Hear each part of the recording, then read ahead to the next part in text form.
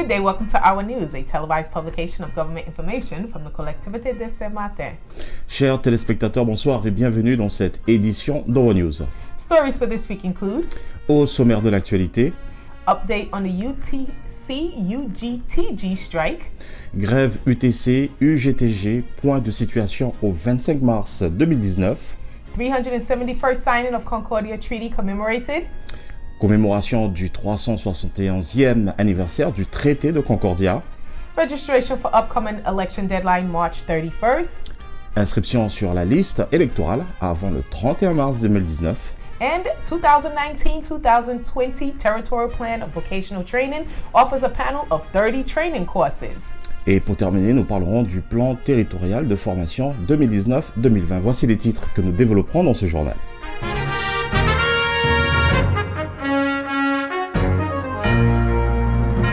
Welcome back. Jumping right into the stories, the Collectivité de Saint-Martin informs the population that a memorandum of understanding was signed with the UTC-UGTG Union on Tuesday, March 20, 2019, regarding several points of claim brought by this union. As part of the current administration reform, President Daniel Gibbs and his majority have indicated their determination to reorganize the administrative functioning of the Collectivité and to update the files of the territorial agents. The Collectivité is thus committed to respond favorably to all points relating to the law of civil servants. The Collectivité is committed to review the career development of agents. Each staff member concerned will see his/her career restored in terms of advancements of grade, step, and reclassification. Review the compensation plan for CETAS and Collectivité agents. Some agents will receive a regulation of their plan for the years 2011 to 2013, in which payment will take place in March and September 2020, and for the 2014 and 2016 years, in which payment will take place in March and September 2021. Review the new index subsidy in accordance with the 2006 decrees. The files will be seen on a case-by-case basis with the union delegation to ensure that the eligible agents receive the NBI. Grant the CETAS agents the possibility of receiving restaurant vouchers. Appoint, with the establishment of a job description, the officers holding a CAP and acting as a ATSEM in accordance with the law. Integration training actions will also be implemented by the Human Resource Department with regards to these agents. The Collectivity will make available to the union an equipped office. The questions of the training of the agents and that of the organization of the services of the Collectivity will be approached within the framework of a meeting specially dedicated during the month of April. This agreement is an important step forward considering the situation of certain agents for whom the previous mandates who never recorded the updating of the worker's career. President Gibbs and his team are committed to meeting these legitimate expectations. As part of these negotiations, the Collectivité also agreed to pay the strike days for the period from February 12th to the 28th, 2019 for the union to lift the blockage of the Central Kitchen.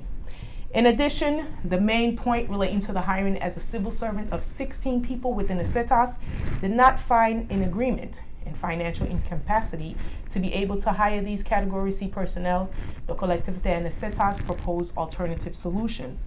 The solution set up in partnership with the Employment Center consisted of initiating paid professional training for these people with the possibility of hiring through local associations to monitor the lunch breaks and extracurricular activities in schools.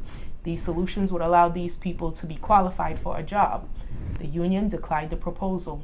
The Collectivité regrets the refusal because they would have allowed these 16 people to benefit from a salary and a job. For now, the Collectivité and the union delegation have not set a new meeting date. The end of conflict protocol is still not signed. Just a brief update on the operation of CETAS. According to information sent on Monday, March 25th by the director of CETAS, the Central Kitchen is able to produce meals for all schools. That's 3,400 meals daily. While logistical issues persist in some elementary schools and at the Mondes Accord College for meal distribution, CETAS has ensured that it can serve all institutions.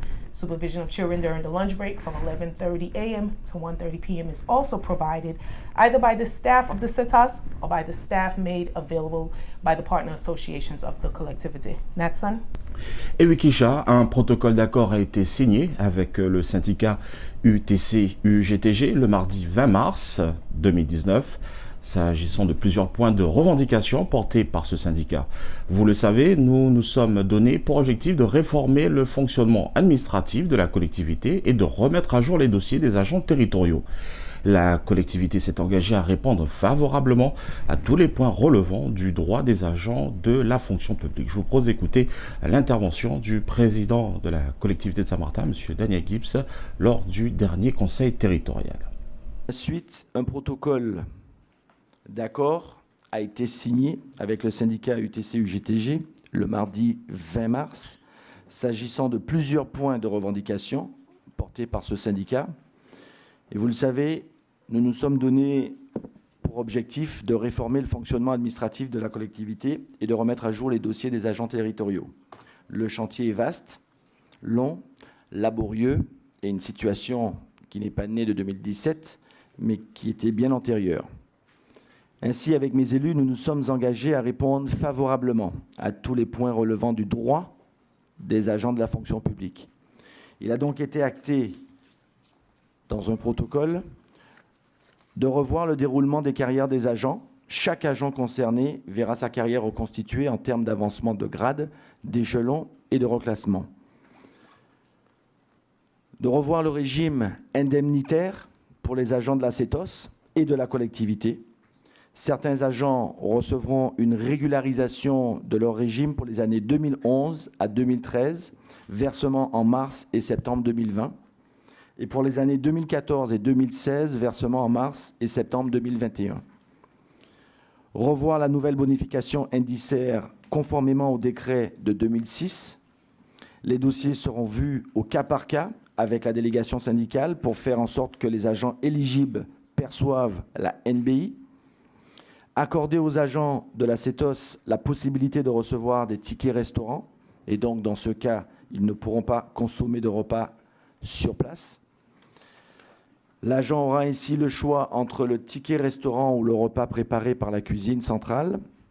Le règlement intérieur de la CETOS précisera les modalités de cet accord. Nommer avec l'établissement d'une fiche de poste les agents titulaires d'un CAP Petite Enfance et faisant fonction d'ATSEM, conformément à la loi numéro 83-634, des actions de formation d'intégration seront par ailleurs mises en place par la DRH à l'égard de ces agents. La collectivité devra mettre à disposition des organisations syndicales un local équipé en matériel bureautique,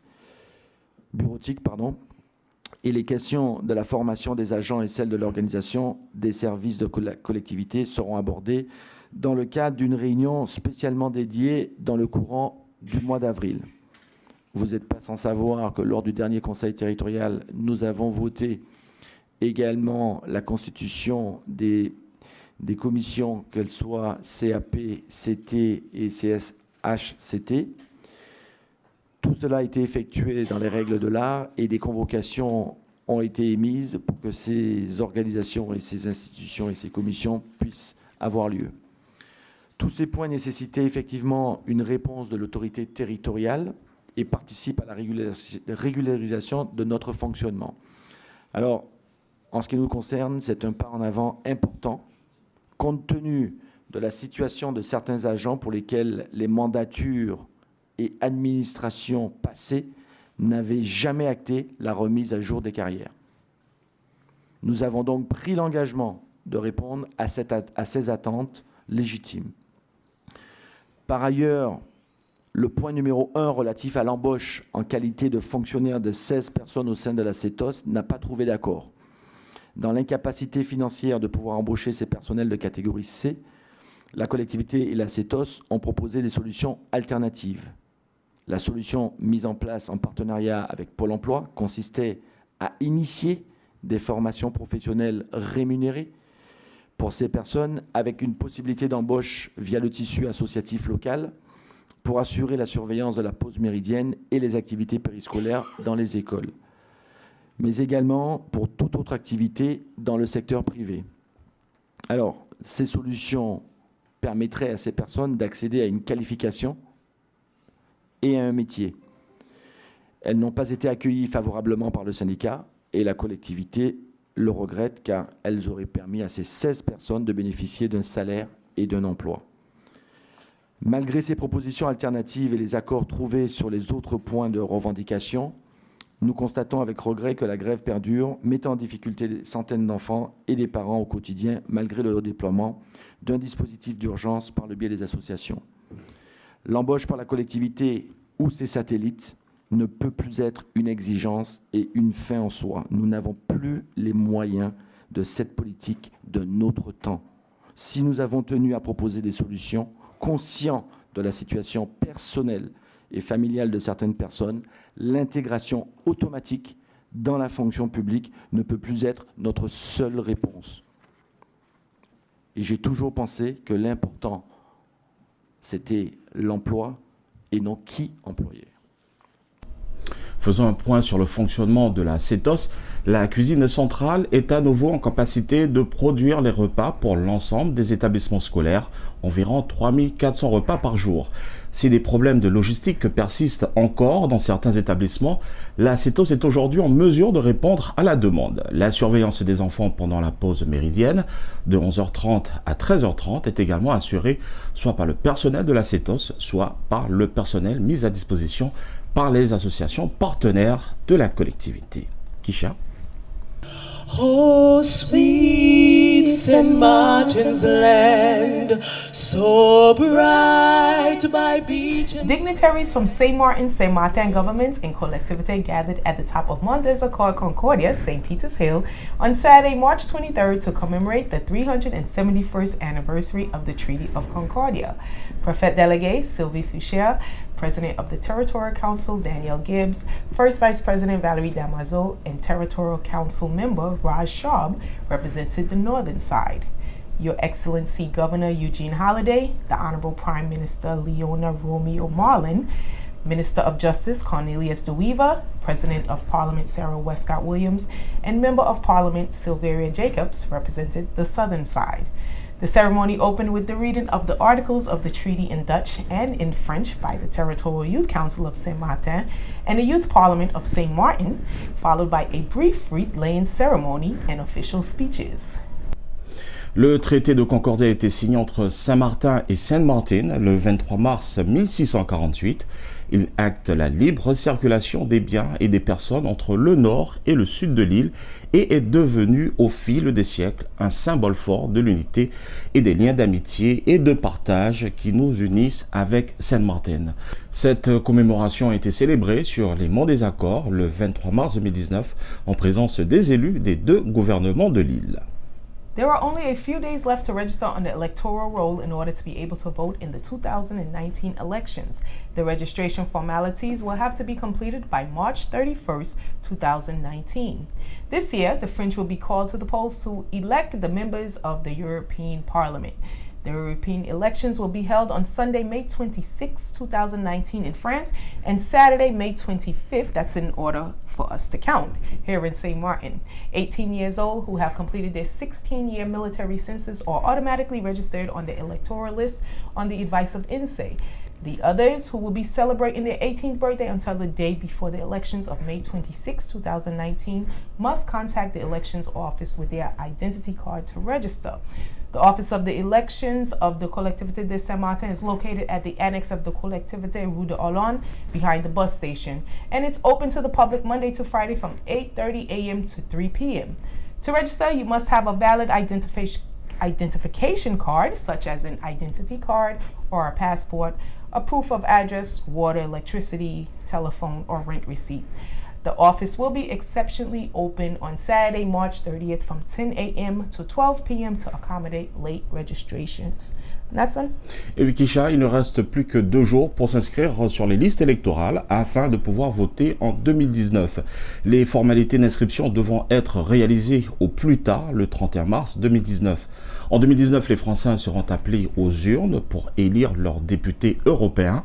Les élections européennes se tiendront le dimanche 26 mai 2019 en France métropolitaine et le samedi 25 mai à Saint-Martin. Pour s'inscrire, il est désormais possible de déposer votre demande en ligne sur les sites www.démarche.intérieur.gouv.fr ou sur le site www.service-public.fr, quel que soit votre lieu de résidence. Il est également possible de vérifier sa situation personnelle sur le site www.service-public.fr, rubrique inscription, code 978 Ville Saint-Martin. Le dépôt de guichet de la collectivité ou la transmission des demandes d'inscription à la collectivité par courrier reste possible. Cette évolution est associée à la mise en place d'un répertoire électoral unique et permanent dont la tenue est confiée à l'Institut national de la statistique et des études économiques. Le bureau des élections de la collectivité de Saint-Martin, situé à l'annexe de la collectivité, rue de la Hollande, derrière la gare routière, vous accueille du lundi au vendredi de 8h30 à 15h. Pour s'inscrire, vous devez être muni d'une pièce d'identité en cours de validité ou expirée depuis moins de 12 mois, carte d'identité ou passeport, un justificatif de domicile, facture d'eau, d'électricité, de téléphone, quittance de loyer, bulletin de salaire, arrêté de mutation administratif, avis d'imposition. Une permanence sera exceptionnellement ouverte le samedi 30 mars, donc demain, de 10h à midi, pour accueillir les inscriptions retardataires. Kisha. As we stated on the last edition of Our News, on Friday, the Collectivité de Saint-Martin organized a vocational training under the support of Vice President in charge of Education, Annick Petrus. This training was to inform the population about the possibilities offered by the Collectivité de Saint-Martin and the European Social Fund, ESF. The 2019-2020 Territorial Plan of Vocational Training offers a panel of 30 training courses and is aimed at people who wish to upgrade their skills in a specific area and expertise. We have the Journée Porte Ouverte of the formation professionnelle. It's been 4 years since the collectivité launched the programme de formation. So here we have 7 centres de formation plus some partners that works with us, which is ASP, l'ADOM, Pôle emploi, etc. that are present. We also have the RSMA. So, you know, all the demandeurs d'emploi could come and get information on the 26 actions that are going to start throughout this year. As soon as April 1st, the first set of formation will begin here on the island. Well, we have it from the beginning. We have from remise à niveau, which is the basic, people that have been out of school for numbers of years could get some information, to get the jump start back in the learning system. And of course, we go as far as titre professionnel or stuff like that, where we could learn a trade and be able to register here at the CCISM, for example, and open a business. Well, definitely the main criteria have to be demandeur d'emploi inscribed at Pôle emploi. To inscribe at Pôle emploi is very easy, 3949. You do it on phone and you get an appointment and there you go. Once you inscribe, according to what you want to do, if you want to do something in pastry or in plumbing or in electricity, if we have it on the program, well, you could pre-inscribe yourself, and then you have to do a lettre de motivation, give you the reasons why you want to do this job, and of course, these formations are really a small amount of numbers of people would be in it, 15 of them maximum. And of course, the idea is really to make everyone to have the opportunity to succeed and validate this diploma. So really, there's a need for formation on the island, and of course, the collectivité is playing its role because the collectivité is the entité. We have the competency in formation professionnelle, so we are doing what we do. You can go online on the website of the Collectivité to view the 2019-2020 training booklet. That's it. Et oui, la collectivité de Saint-Martin a organisé vendredi 22 mars 2019, sous l'égide de la vice-présidente Annick Petrus, en charge de l'éducation, la journée porte ouverte de la formation professionnelle. Le plan territorial de formation 2019-2020 propose un panel de 30 formations aux personnes qui souhaitent se perfectionner dans un domaine de compétences. Le livret de formation 2019-2020 est disponible sur le site internet de la collectivité www.com-saint-martin.fr. La direction de la formation, de l'apprentissage et de l'emploi se tient à la disposition du public pour tout renseignement. Alors cet événement répondait à un besoin parce que ça faisait un moment déjà que nous n'avions pas mis dans un même lieu tous les acteurs qui œuvrent pour la formation. Donc nous répondons à un besoin et manifestement c'est quelque chose de très positif à en juger par l'ampleur. Ça ne désemplit pas depuis ce matin. On a même la queue. On est presque midi, les gens sont encore là, ils posent des questions. C'est vrai que nous avons réuni tous les acteurs de manière à ce qu'ils puissent trouver toutes les réponses. Alors, l'après de cet événement, on va dire qu'aujourd'hui, on lance le plan territorial de formation qui est sur une durée de 3 ans. Et ça aussi, c'est une nouveauté. Jusqu'alors, nous avions un plan de formation d'une année, sur une année. La nouveauté, c'est que notre plan de formation territoriale est sur 3 ans. Alors, pourquoi? Déjà parce que ça rassure le jeune. Le jeune qui veut une formation qualifiante ou diplômante sait que ça ne s'arrêtera pas dans 6 mois. Il pourra, si vous voulez, poursuivre au-delà de l'année. Ça rassure l'organisme de formation qui, lui, se dit qu'il peut investir parce qu'il sait que là aussi, il a pour 3 ans. Vous avez des formations qui demandent un certain nombre du matériel spécifique. Et lorsqu'un organisme de formation investit dans ce matériel-là, il a besoin de savoir qu'il a investi, mais pour un certain temps. Donc voilà, nous avons revu le programme de formation, nous l'avons innové, nous l'avons mis aussi à l'ordre de l'actualité. Vous vous êtes rendu compte sans doute que nous avons beaucoup de métiers de formation, en tout cas sur le bâtiment.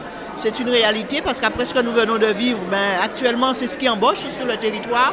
Nous avons les remises à niveau qui, elles, seront toujours d'actualité parce qu'elles permettent à nos jeunes ou moins jeunes d'ailleurs de pouvoir accéder à des formations qualifiantes et diplômantes, etc. Donc vous en avez pour tous les goûts et je suis ravie aujourd'hui de voir le succès de l'opération et maintenant j'espère que nos jeunes, nos moins jeunes, en tout cas tous nos demandeurs d'emploi, ceux qui ont envie de faire une formation, même changer carrément de cursus, vont s'inscrire dans ces différentes formations qui leur sont proposées. Alors aujourd'hui, nous avons le RSMA, nous avons le GRETA, nous avons Pôle emploi, nous avons tous les organismes de formation du territoire et même de ceux qui ne sont pas sur le territoire. Je pense d'abord, j'ai dit le CREPS Antilles-Guyane, nous avons énormément de partenaires, il n'y a qu'à regarder autour de nous. Et vous verrez, IFACOM est présent, le Pôle emploi, je l'ai cité, et évidemment, on ne va pas oublier l'Europe qui est un partenaire sur des années qui nous accompagne sur tout ce qui est formation sur le territoire.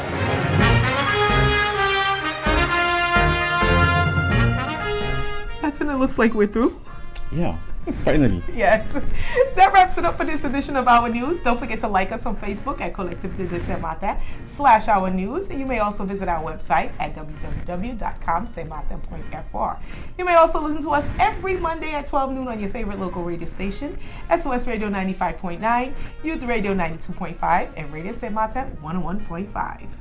Et oui, Kisha, vous pouvez suivre toute l'actualité de la collectivité en allant sur notre page Facebook, Collectivité de Saint-Martin /Our News, ou tout simplement visiter notre site internet.